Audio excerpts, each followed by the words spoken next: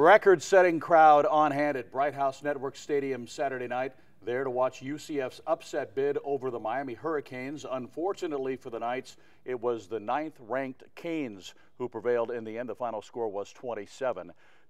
Hello again, UCF fans. Welcome to another edition of UCF Sports Today with George O'Leary. The coach is here. I'm Pat Clark. As always, we're happy that you're here as well. George, I know this has to be frustrating for you and maybe a tale of two sides of the ball on Saturday night. In so many instances, your defense played so well, but the offense was unable, in most cases, to harmonize with its counterpart. Well, when the opportunity knocks, you got to take advantage of it, and there were situations out there that you got to make hay. You got to take points away, and we continually don't do that, and that's really what's been the problem, and keeping our defense on the field a little bit longer than we probably should because of some of those situations. I think that anyone who saw the final score of the game might think, well, it was a blowout, when in fact it really wasn't that at all. In fact, were it not for one series late in the third period, this could have been a 17-14 game. Your team gets the ball down 17-7 on the 2-yard line after a bad punt snap, unable to take it in fact, ultimately turning the ball over. And you talk about how a few plays determine the course of a game. That would be a series that in so many cases did in this case. Oh, no question. Yeah. I thought that was momentum. You had the ball in the 2 and walk away with 0 points and, in fact, a turnover. That was the difference really right there. I thought that was the momentum breaker. And again, that would have got everybody back crowd-wise, everybody back in the game and be a home atmosphere, which it was. I think it was a great atmosphere for a college football game. And again, disappointing that we couldn't get that done. Yeah, in your postgame comments, you seemed especially disappointed by that. Of course, you can't unring that bell, but in retrospect, you even said last night that maybe the play calling should have been different on that series when you get the ball at the 2-yard line. No, what I meant, the sequence of plays I thought was probably off. I never questioned plays to the media and stuff. That's, not my job. But, I think the big thing is that you would like to have those plays back, I would think.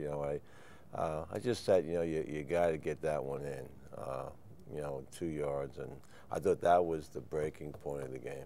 Well, it certainly was an electric atmosphere at Bright House Network Stadium on Saturday night. We'll talk a little bit about that and show you some plays from last night's game when we continue on UCF Sports Today with George O'Leary. UCF Sports Today with head coach George O'Leary is brought to you by Holler Classic, the official automotive group of the UCF Knights. Buy smart, be happy. Today's show is also presented in part by Bright House Networks. See how bright life can be. And Coca-Cola. Welcome to the Coke side of life.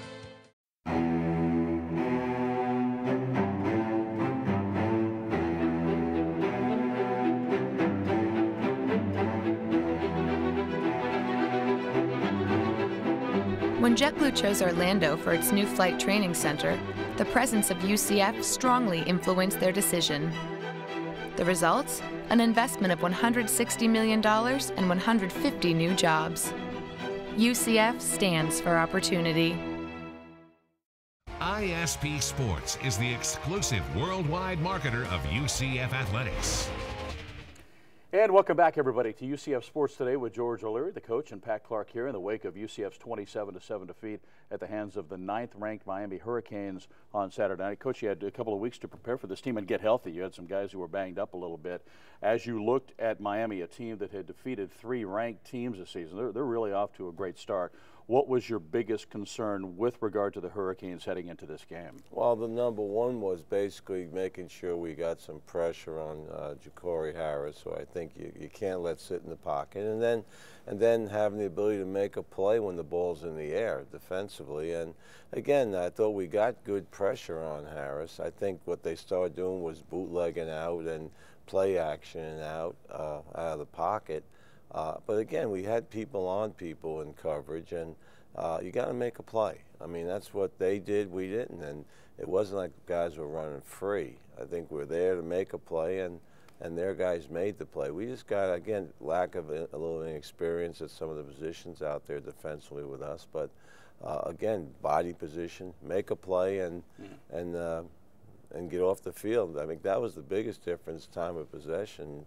you're talking they have for 15 more minutes than we did. I think that's a lot of time in the game, and that goes hand in hand with offense and defense complementing each other. Yeah, and there were so many incredible positives on the defensive side of the ball, George. If you think about it, 10 tackles for loss, 6 sacks in the game, and there were 5 different players with those 6 sacks. Corey Hogue had a couple on the night, but when you get that great pursuit from so many different players, that's saying some pretty good things about it really the defense. did. I thought effort-wise and production, I thought we did well.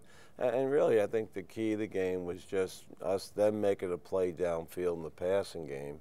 And we just have to, again, body position, experience, get better in that area. Well, Harris was able to get his numbers with regard to passing, but you absolutely shut down Miami's rushing game. They carried the ball 46 times, George, for just 70 yards. Talk a little bit about that. Well, I think a lot of that yardage was in the fourth quarter there. They had a 14-play drive, and I think 50 of the yards came in that area there. But I thought defensively played, with everything they had from the third rib out, and I was very proud of them. We obviously have to improve in some areas there as far as playing the ball and closing the grass as far as distance to the receiver. But, they'll continually get better in the secondary, and I think they're young kids, and I think a game like that will just make them better. And offensively, there were some good moments, but not enough of them. There really weren't. Too many 3-and-outs, and that changed the field position tremendously in that game. That's what really did happen. The field position in the first half, I thought, was pretty much Miami's. Yeah. Well, we talked about the great, exceptional defensive pursuit. Let's take a look at some pictures, George, from the first half in front of more than 48,000 fans. This is Darius Null coming from behind on a 3rd down. This was Miami's first. People had not yet settled in their seats, and that was a great pursuit by Darius. It really was. Great sack, great move there, and, I think good heat on the quarterback. And take a look at this. We've seen this from Kamar Aiken on so many different instances. A great catch over the shoulder for 35 yards. This was on a 3rd down play on UCF's opening drive. Unfortunately, the Knights miss a field goal, unable to come away with points. And here's one of the 2 Corey Hogue sacks. A 6-yard loss late in the second period. It really was. I thought defensively, I think we had a good beat on what was going on there, and they really kept us in the game early as far as and into the second half. And here's another great sack by this one, Jarvis Gathers. And that was an intentional grounding as well. It took the referees a little bit of time to throw the flag on that one, but ultimately the intentional grounding as well. But overall, I thought the referees did a great job of controlling the game, and the calls that I could see right now are pretty on target. They really were. Okay, so you hadn't scored at halftime. It's 10-0. What were you telling your players at the break? And I know the BlackBerry seed in your wisdom tooth is getting inside the red zone. How many times have we talked about this season? You had a 1st and 10 from the 18-yard line, and ultimately Nick Toy misses a field goal, and you come away with no points on that drive, and that really could have been a momentum builder for your team as well. It was. Get on the board first, and again, but that's one play. I think you got to come back, but as I said earlier, I thought the key series in the whole game was that 2-yard line and not coming away with any points, and in fact turning it over. That's the one that sort of drove the nail home as far as that's the momentum shift that you're looking for. 10-0 at halftime. What was your message to the team at the break, George? Yeah, I heard you the first time when you asked me.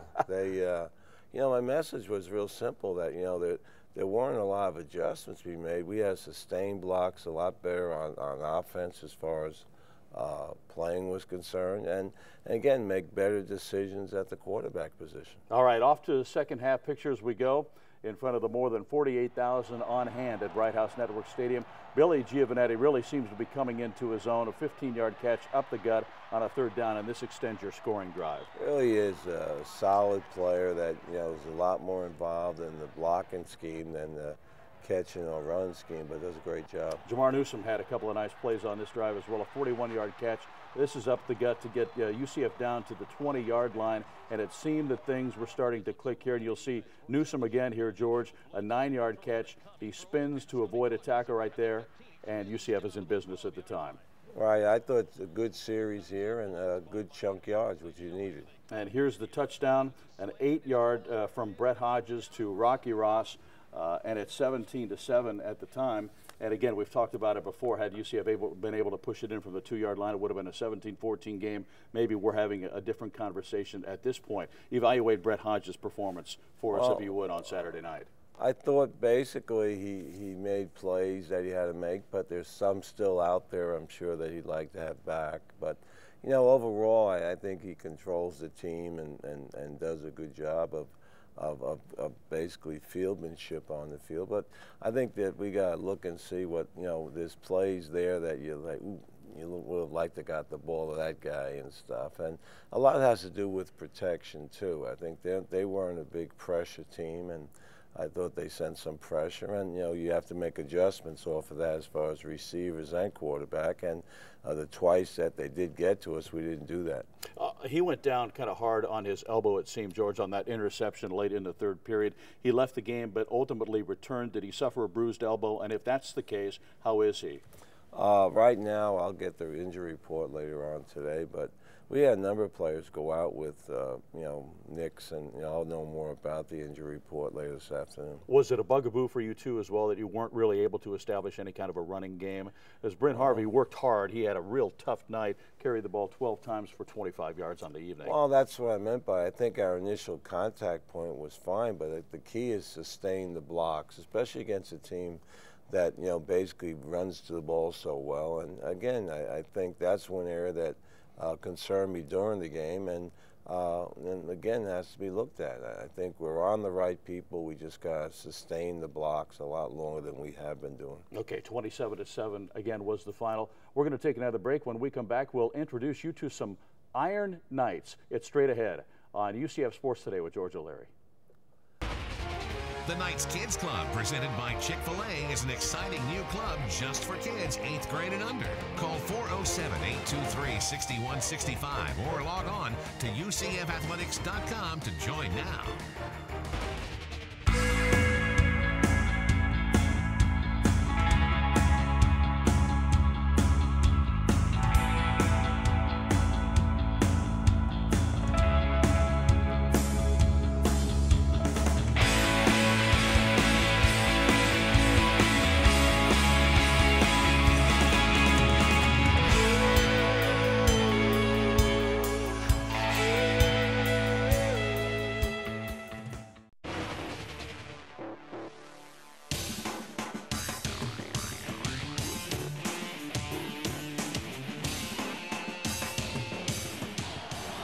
Comes a blitz by Miami. At least they show it. Here they come. He looks. He throws the slant, and it's caught. Is it a touchdown for Rocky Ross? They'll say what? Touchdown. It took a while, but the indication is touchdown.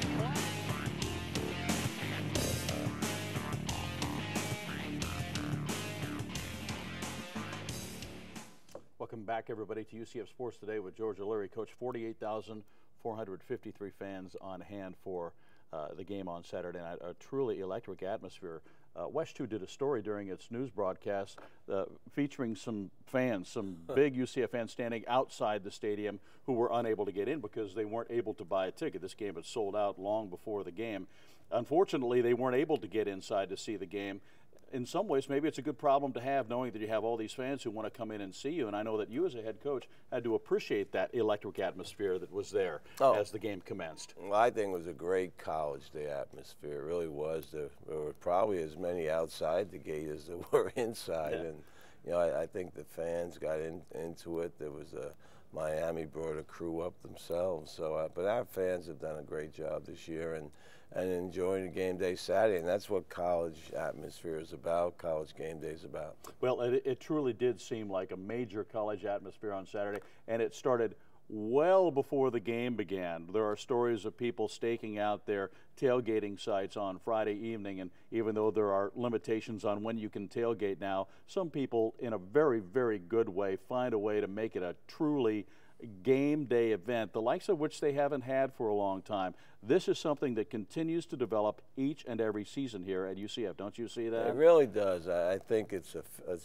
more of a big family atmosphere, and I don't get a chance to see a lot of it, but just from people I know that do that tailgate and stuff, that they thoroughly enjoy the whole day, not just the game part of it, but the whole day.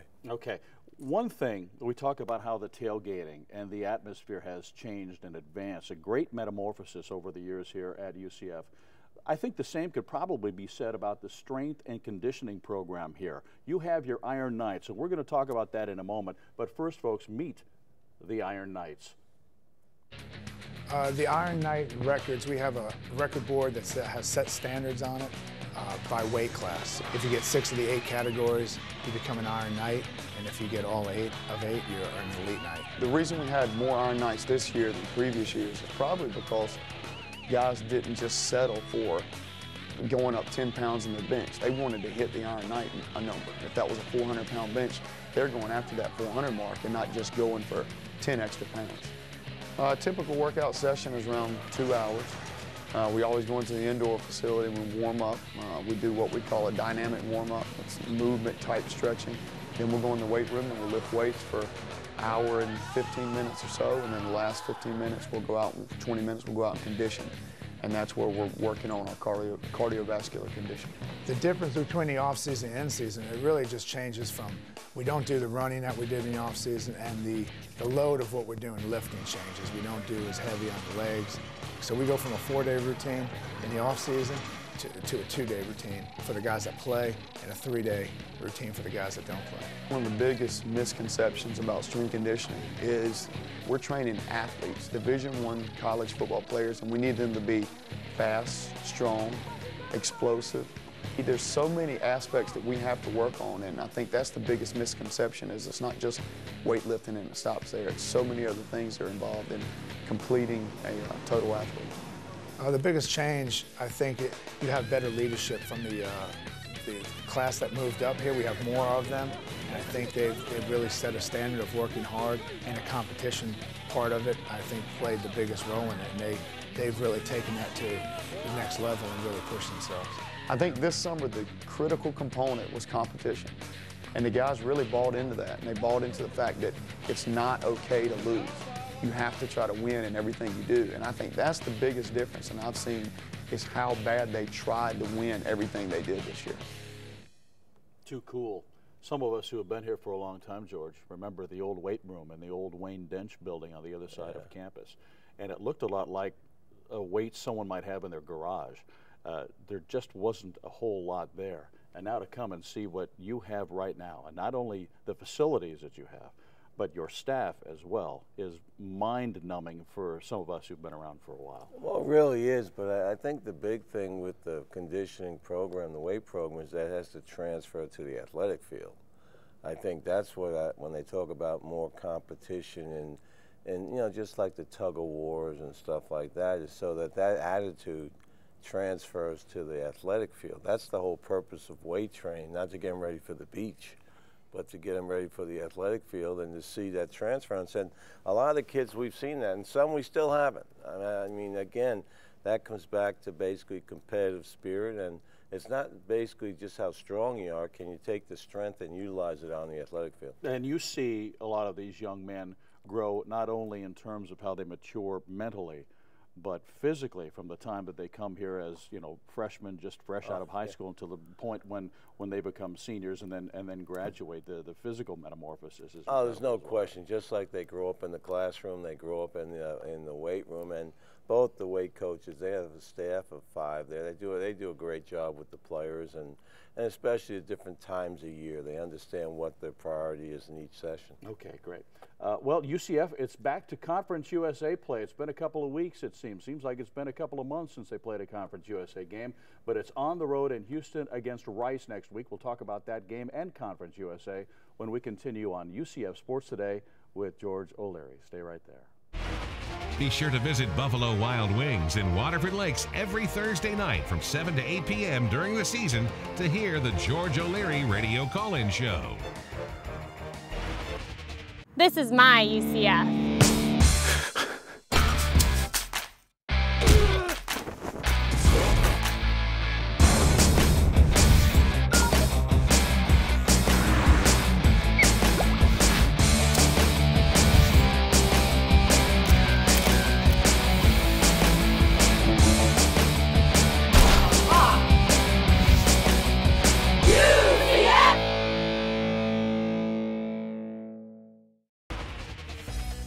Fans, here are your run for Ronald totals for the game. UCF had 239 yards of offense and 1 touchdown for a total donation to the Ronald McDonald House of $339. McDonald's, I'm loving it. Welcome back, everybody, to UCF Sports Today as UCF gets set to head out on the road to play at Rice this coming weekend. George, you know, we talked about how the offense could have played better on Saturday night, but there are some real positives here. Take a look at this statistic. This season already, in just 6 games, 16 pass plays of 20 yards or more. In all of last season, in 12 games, you had only a dozen. So there's marked improvement there already. Oh, there really is. I think that's what you have to look at. Obviously, you're not happy about the outcome of the game, but I think you got to look for the positives in everything, and that's what I do on Sunday before I meet with the team is here's what we didn't do well, and here's what we need to do, you know, continue doing as we're doing as far as to get better. And as long as they understand that and they keep continually working on that, you know, we'll get better. But I think there's some things that really need to be addressed from a standpoint offensively, as far as again, when the field tightens up, we got to be able to win some battles, and we're not doing that. 49-13 was the final. East Carolina over Rice on Saturday, and I know you've been around long enough to know that you never take any team lightly, no matter what their record. Rice happens to be an 0-7 team right now. They're struggling mightily. What will you be expecting from the Owls when you head out there, well, Coach? Again, it's a no-huddle team that likes to wing it and throw it around a lot, and they have some good individual athletes. So we have our work cut out, and work starts on Monday, and we'll get a game plan ready to go and get down to Houston and see what we can get done with this conference. You think you can keep the kids' head, the Daubers, up with regard to what's going on here, because you've got 6 games. The second half of this season looks pretty good for you. 3 wins away from becoming bowl eligible, so there are still many, many positives out there for you. Oh, there really are. That's what I meant. You have to look at the positives in each area and correct the mistakes, and hopefully we get them corrected quickly, and then continue doing the positive things we have been doing. Okay, it's a 3:30 game on Saturday. Good luck. Thank you much. Okay, that's George O'Leary. We hope that you folks make plans to join us again next week, same time, for another edition of UCF Sports Today with George O'Leary. So until then, for the coach and everyone at UCF and ISP, I'm Pat Clark. So long, everybody. UCF Sports Today with head coach George O'Leary has been brought to you by Holler Classic, the official automotive group of the UCF Knights. Today's show was also presented in part by Budweiser, the perfect balance of flavor and refreshment. Open up a world of taste. By the energy-saving conservation programs of TECO People's Gas. CENTEX Homes. For a better way to a better home, visit CENTEX.com.